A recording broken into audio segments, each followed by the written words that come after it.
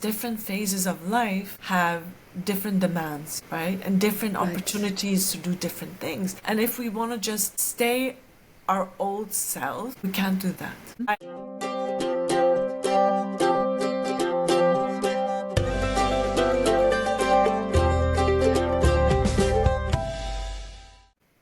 Hello everybody, I'd like to welcome you to my podcast Renew Motherhood. And this is a special episode. It's Overwhelmed Moms Need This Simple Energy Shift. For this episode I've got a wonderful guest here, Tamar Daneshrad. So please briefly introduce yourself. Who are you, where are you from, and yes, how do you come to this topic, or what does this topic mean to you?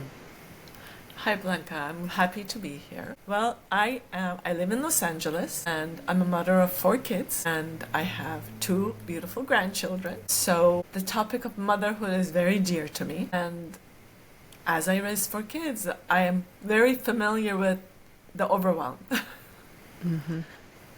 So this is something that I went through, and I gained some tools, and through my own experiences and through studying different modalities. So I love helping moms with the overwhelm and just reminding them what's real.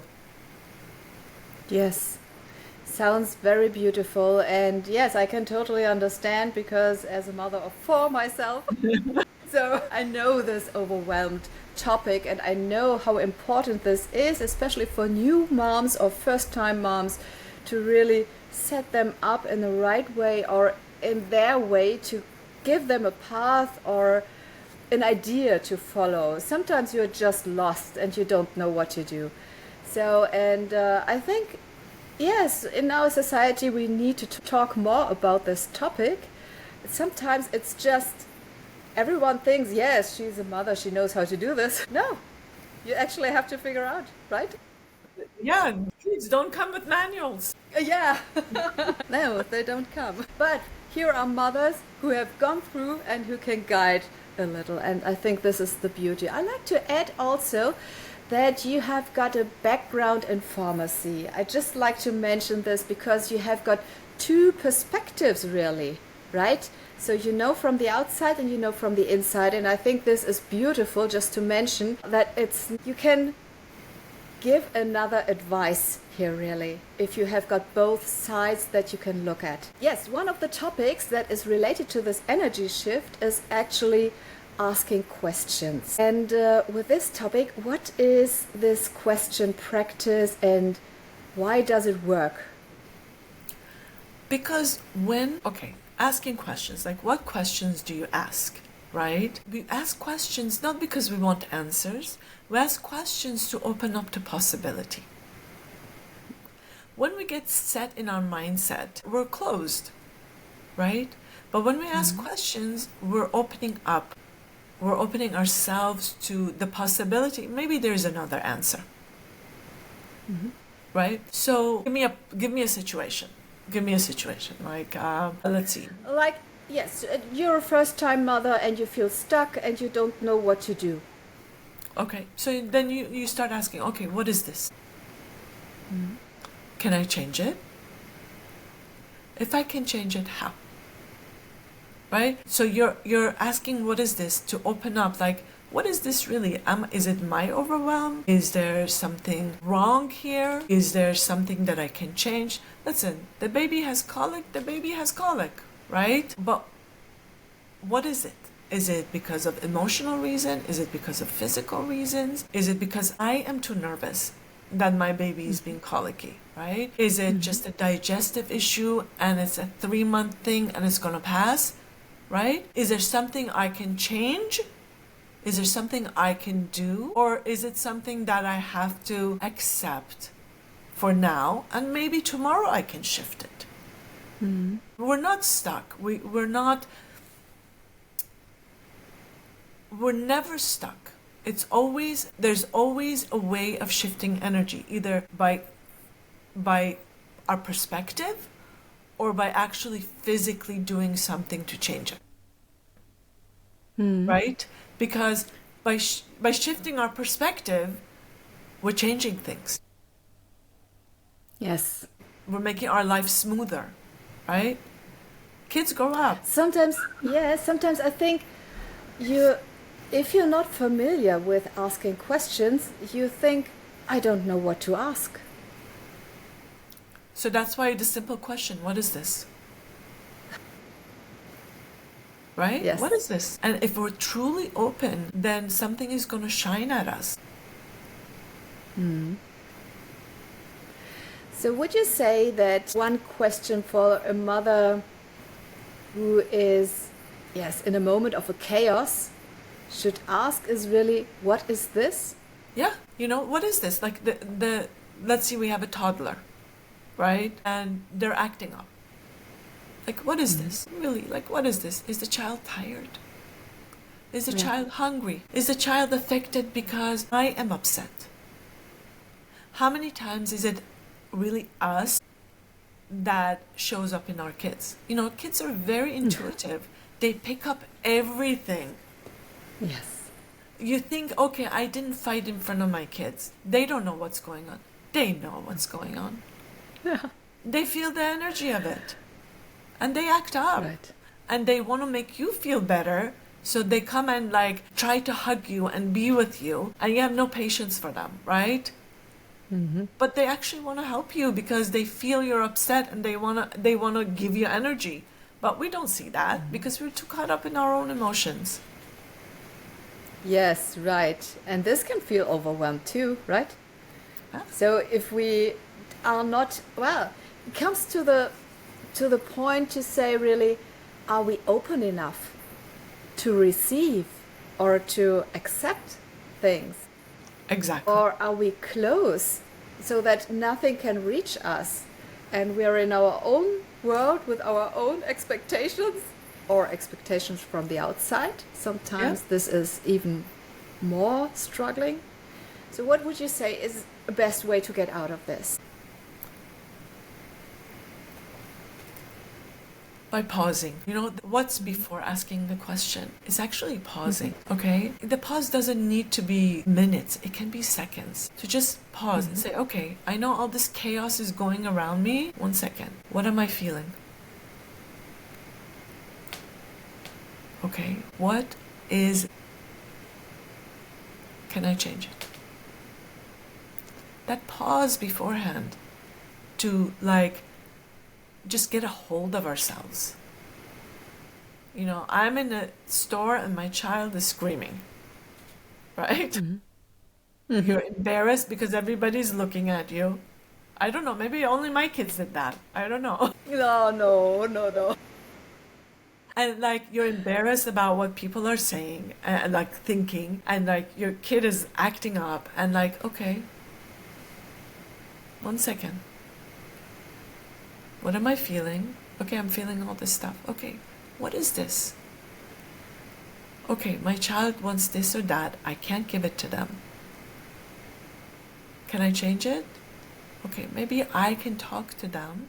You wait for the answer to come, right? And it's gonna come. Maybe I can do pretend with them. Maybe I can delay it. Okay, I can't buy you this toy now, but maybe we can save up for it and buy it later. Or maybe this toy is not the right thing for you. Maybe we can find something else. There's ways of talking to kids, so they can hear you. But sometimes pretending, right? Pretending and being on their level gets their attention, right? But if we're butting heads and we're just saying no, it's not going to change anything. But there are different ways of communicating. And when we pause and we ask a question and we get in touch with ourselves, then the right question will come to our head. The right answer will come to our head. It's just being open to the possibility of the universe showing us. Yes. This also means trusting yourself, right? That's right. To really say, okay, I have got my intuition, I have got everything that I need to solve this situation or to get out of this. Just also need to trust myself in this. Not to be depending on anyone else's opinion in this situation. That's because right. there will be a lot of advices how you should handle this. That's right. And worst case is the opposite. One says do this and the other one says do that, and you don't know. You get again in the situation of I don't know. That's right. And everybody's entitled to their opinions, right? And they're entitled to what they want to share. And when we fight, I know as a first time mom, I didn't want to hear from anybody, right? It's like, my kid, I'm going to do my way, which is Right. not the best way, but okay, that's my life. But everybody's entitled to their opinion, and everybody can do whatever they want. So if we accept that, and then we say, okay, I can listen to them. I don't need to fight them. I don't need to argue with them. I don't need to accept what they say. I can hear it. They say a wise person learns from everyone, right? Yeah. And the first step of being of learning from everyone is hearing it, is listening, right? So we can listen and we go, okay, is this for me? Does this work for me? Is this something I can use? Okay, I can use this part of it. That other part doesn't make sense to me. Okay, Yes. so I'm going to listen to this. If it feels good, the reason our children come to us is because we're the perfect mom for them. Right. The universe is not random. They come to us because we're the perfect mom for them. And we have to trust that. Yes. We have to trust it. And you know what? No matter what you do, you're going to make mistakes. And when they're 30 years old, they're going to come and say, you did this and that and that. Yeah. You know what? Yes, we did. We did our best with what we had. And that's it. We're never going to be perfect. Right. This is so funny because my little one just came to me and said, Mom, you know what? You are the best mother for me. She That's said awesome. she compared me to another mom from her friend, and she said, if this was my mother, she wouldn't be the right one. I Wow. thought this was so wonderful, and I thought, wow, this is so beautiful if she can realize things. And well, she's 10 years old now, so she can do a little to get this reflection back from her. This is actually a reflection for each mother here, right? To trust that your children on a deeper level know that you are the perfect mother for them, right? This is not an exception here. I think just because other children are not communicating in this field or in this way, this doesn't mean that it isn't true. So I think for all the mothers, you are the perfect mother for your child. That's right. Would you say that asking the right question rewire a child's emotional environment? Yes, because you're rewiring yourself. Mm-hmm. When you rewire yourself, you're leading by example, and you're also creating a different environment for your child. Yes. It's the perception change again, right? Yeah. It can really change the situation here.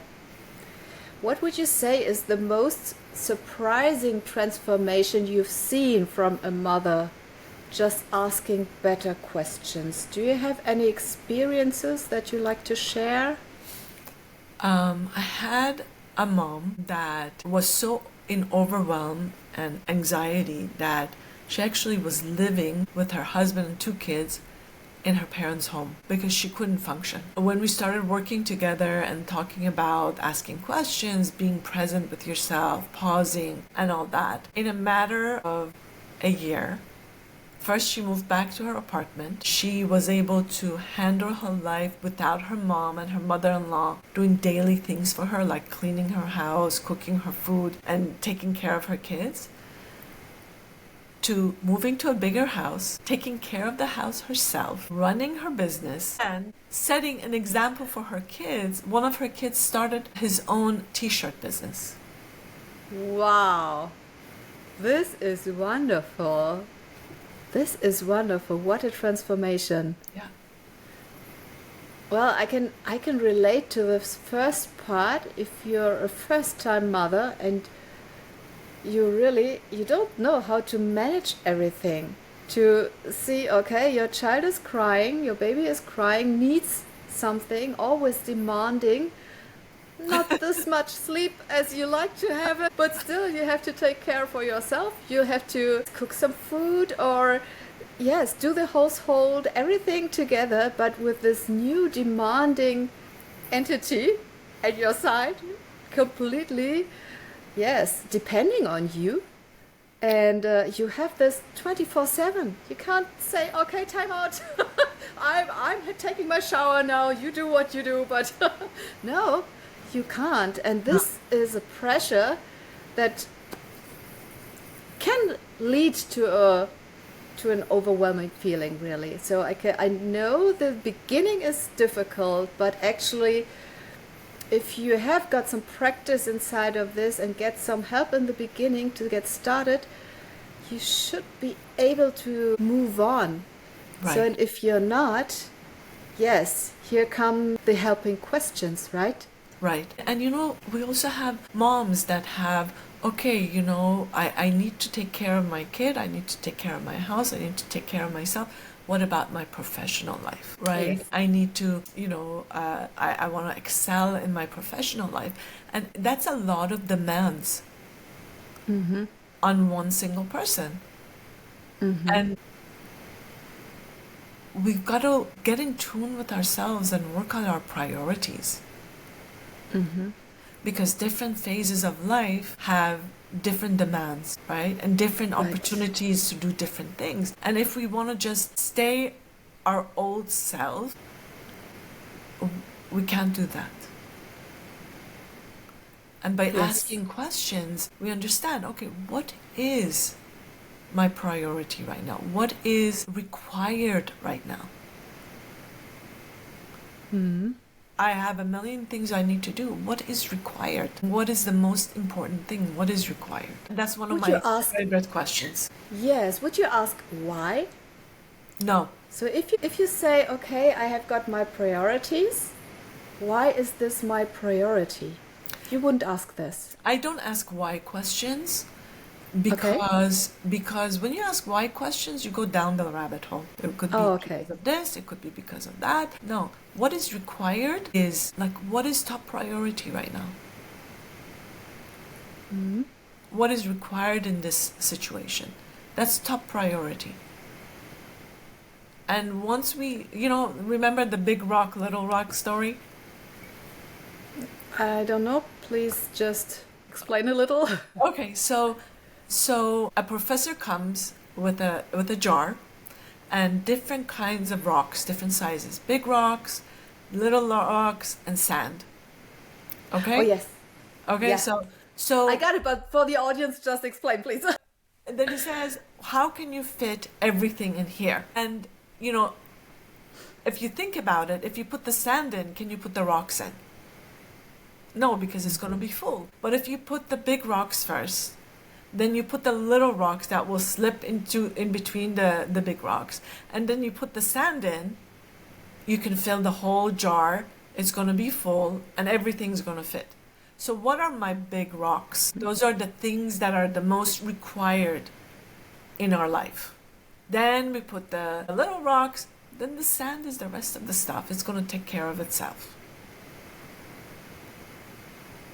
Yes, I think this is a very good analogy to get away from the why questions. I'm a why asker, a lot of, but I know that, yes, I'm always curious to go to the root cause of everything. And I'm actually able to place myself in a fact mode and not this emotional guilt or emotional, I don't know how to say, that it goes the spiral downwards. So, but I can totally understand that it's a might be a better way to ask the what is a question instead of the why question. It feels a little that it is opening even more. Right. And also, like, we just have to understand everything is a choice, right? I choose to do this now. That didn't work. Okay. What other choice can I make, right? Because we're not stuck. We can make a choice on this now, and that didn't work. I can make a different choice tomorrow. But when you make a choice and you go with it, then you don't have the wishy-washiness, the dilly-dallying, and you don't have the guilt because, okay, this is a choice I made. Oh, this was the consequence. No, don't like that one. Okay, what other choice can I make? You see what I'm saying? I love this. Absolutely, I love this because I can imagine that a lot of women say, I don't like to make choices. I could be wrong with the choice. I could do a mistake here, right? So again, get this little courage to say, the world doesn't stop turning just because you have made this decision and went for it, right? You can always change, and the beauty is really you can learn from this, right? And find your path. That's right. And listen, no matter what, we all make mistakes. No matter how perfect we try to be, we make mistakes. Do you know anybody who doesn't make mistakes? We're going to make mistakes, right? The whole thing is learning from it. Yes. Did I learn something here? Can I change something with it? With what I learned, right? And that's it. Yes, right. So to all the perfectionism mothers who are listening now, you are allowed to do mistakes, right? So just go and learn. We can't get away with it. No matter how much we try, we're going to make mistakes. Right. So let's touch a little the physical side. We went a lot to this inner side, but I like to also get to, material part. So around having back pain, for example, because this is a part I think many mothers can relate to this, but this doesn't have to be just physical. What question would you ask then? Like if you have a pain? Yes, if you have back pain, because, well, I don't like to say because, the causes can be different, right? Yes. So, but back pain doesn't mean that something is wrong with your back, that you really have got, something is off, you have to go to the doctor and fix it. It could can be. have different, could be, yes, could be. Could be. I like to, our body talks to us, right? And we can ask it questions. Body, what are you telling me? What's going on? Wow. Back pain could be because you slept wrong. Back pain could be because, depending on where it is, the different things you're worried about, right? Lower back pain, we learn in Access Consciousness, is that we're hiding our power behind us. Wow. Yeah. I didn't know this. Wow, this is interesting. Yeah. I actually, when I was pregnant, I was working with my late husband and I got back pain then. And he said, yes, you're wearing the wrong shoes. Because I got high heels on and I said, no, I don't wear the wrong shoes. And he was wearing some barefoot shoes and he said, just put off your shoes and walk without. And I said, okay. We were outside, I could do this, it was no street there. So I said, okay, I will prove you wrong. And I went and the back pain released actually. So I thought, well, okay, I was wrong here. But this is interesting because having a closer look at this, it's not only the shoes that I was wearing. I think there is always something behind that you can have a look at. Yes. And I think this is very interesting to say you hide the power. You said you hide the power. Your power behind you so dynamically. that it causes you back pain. Yeah. You know, so sometimes we hide ourselves from ourselves. We don't even know what power we have. We're scared of our own power because who are we to have that power, right? Right. Especially if you think you cannot control, right? Yeah. So if you let this out, you don't know how to handle it. That's right. Or how to, How to use control this. it, because we want to control everything, right? Because that's when we feel like we are in charge. But really, how much are we in control of anything? Yeah. We have to question ourselves too. Would you say this? Question ourselves. We need to ask questions, not question ourselves. Because when you're questioning if you want to question yourself from judgment or from doubt, that's not the right way, right? But if you ask questions of yourself because you want to understand, you want to go deeper, you want to expand, then that's good. But if you're asking questions of yourself from judgment or doubt, that's just planting the wrong seeds. Does that make sense? Yes. Yes, I think this can be a good way to really seed the right things inside of you. Yeah. And yes, you can only reap what you sow. So you want to have the right fruits out of it, right? Yeah. What would you say, what helped you break free from one of your own biggest emotional blocks as a mom?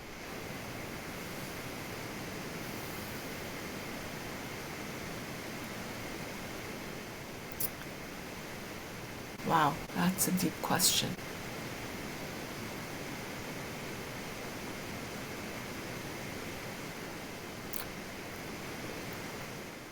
I think what helped me the most was stopping to judge myself. And just being present,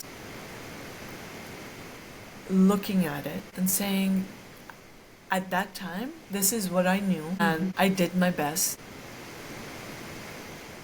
And now I know different. And by shifting out of judgment and being present, everything shifted. Yes. Because especially if you have got more than one child. Yes, yeah. Because you're on the journey then, right? Yeah, because you get so busy judging yourself, you actually don't perform anymore. You're not present anymore. Does that make sense? Yes. Your mind goes into other directions and moves back from the environment, I would say. Right. To really, and you, yes. Instead of seeing what's required, you're busy with judging yourself. Oh, I did this wrong. What's going to happen? Or is that just me? Everybody does that, or is it just me? No. Well, I did this a lot, so I can relate to this. Yeah, and once you stop and you say, wait a minute, 1 second. Okay, okay, I made a mistake. Or I knew what I knew and I acted on that. I know different now. What's required? What is this? Can I change it? If so, how? Simple. It becomes simple. Yes. Instead of complicated, it becomes simple. So we have to stop our overthinking sometimes too, right? Yes.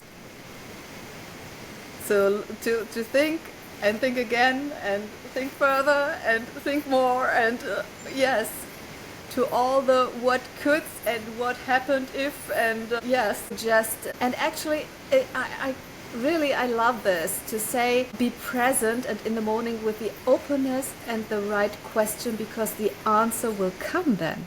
Yes, once you pause all those feelings and all those fears and everything, then you can hear. Then you can hear yourself. You can hear the universe. You can hear your child. Yes. Behind the words even, right? What's the intention, the real intention? Sometimes children cannot communicate like we want them to communicate. because they are not adults, they are just children and can just say with their words. But if we are open and really can listen to them, we hear what's behind those words, right? Yes. I love this, yes. Would you say that children inherit our unspoken questions? And how do we change that? I don't know if they inherit is the right word. Is passed on to them. I guess inherit, right? The way we think, the way we act is affecting them more than our words. Yeah. So if we change our perspective, it's affecting them. If we're in tune with ourselves, it's affecting them. Do you know where this comes from?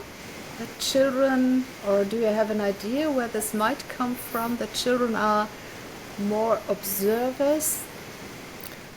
Children are like sponges. They get everything from their environment. They're more, as my spiritual teacher used to say, they're not adulterated. Mm-hmm. So they are closer to God, universe, because they haven't had the layers put on them. And they're in tune. They feel what you feel. They just naturally do it. Yes. If you let them. No, they do it. They just do it. That's who they are. Mm-hmm. That's who they are. You're babies, right? You go in a room. How come they go to some people and they don't go to some people? Mm-hmm. Right? Because they feel the energy. Yes, right. And some energy. I know from my mom's side and their mothers, and so some relatives who always say, yes, but if it's a new baby, yes, of course we want to have this on our arms. And yes, I broke the cycle, because when that my baby didn't like to go there, I didn't let them. So, excuse me. This took a little courage, but I could feel my baby, and I thought, okay, I'm in charge here to handle the situation for them. Because they can only show, they can't avoid this. If you just pass this baby to someone that doesn't feel comfortable. Right. It doesn't say they're a bad person or something. It's just the energy is not what the baby needs right now. Right. Could change the next time. Yeah, it's not a judgment on that person. It's like right now my baby doesn't like this energy, and that's it. Yeah. I think this is also important to notice and to be aware of the situation as a mother too.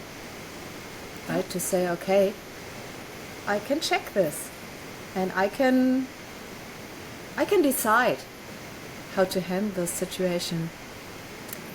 If you could tattoo one question onto every mother's soul, what would it be?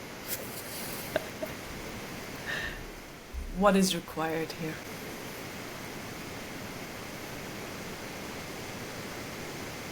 Yes, that's a good question. I love this.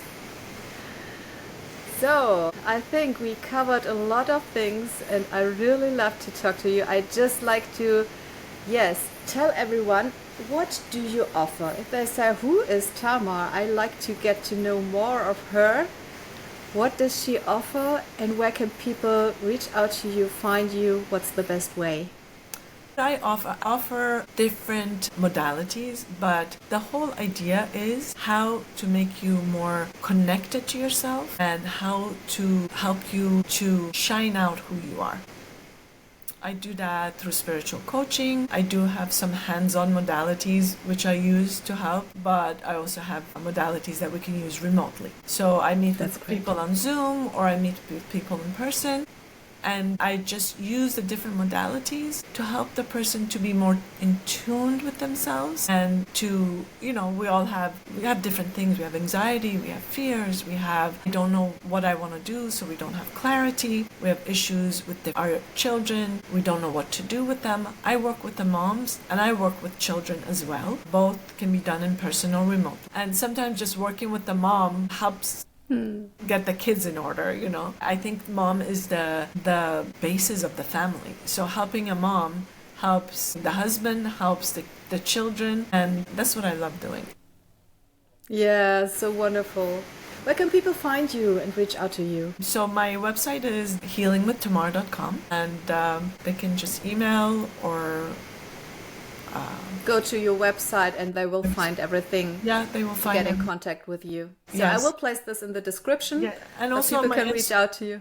Thank you. And yes. Also my Instagram, and I have a link tree there that they can see all the different. I have some free resources that can help you. I have a resource that helps to balance the left and right brain and get you out of stress. And by balancing the left and right brain, you can make better decisions, be more present, and you can also use it on children to help them be more calm, be able to do their homework faster. Yeah. That's great. Yes, well, I love this, to get into the presence. Right? Yes. You have got a tool. If someone says, okay, I like to be present, I don't know what to do or how to do this. So yes, get this tool. I love this idea to say, okay, here is it. Thank you so much for this wonderful conversation, Tamar. I really enjoyed it. And yes, to all the listeners, please subscribe and share this with friends and family so that we can reach out really a big audience and help as many mothers as possible. Thank you.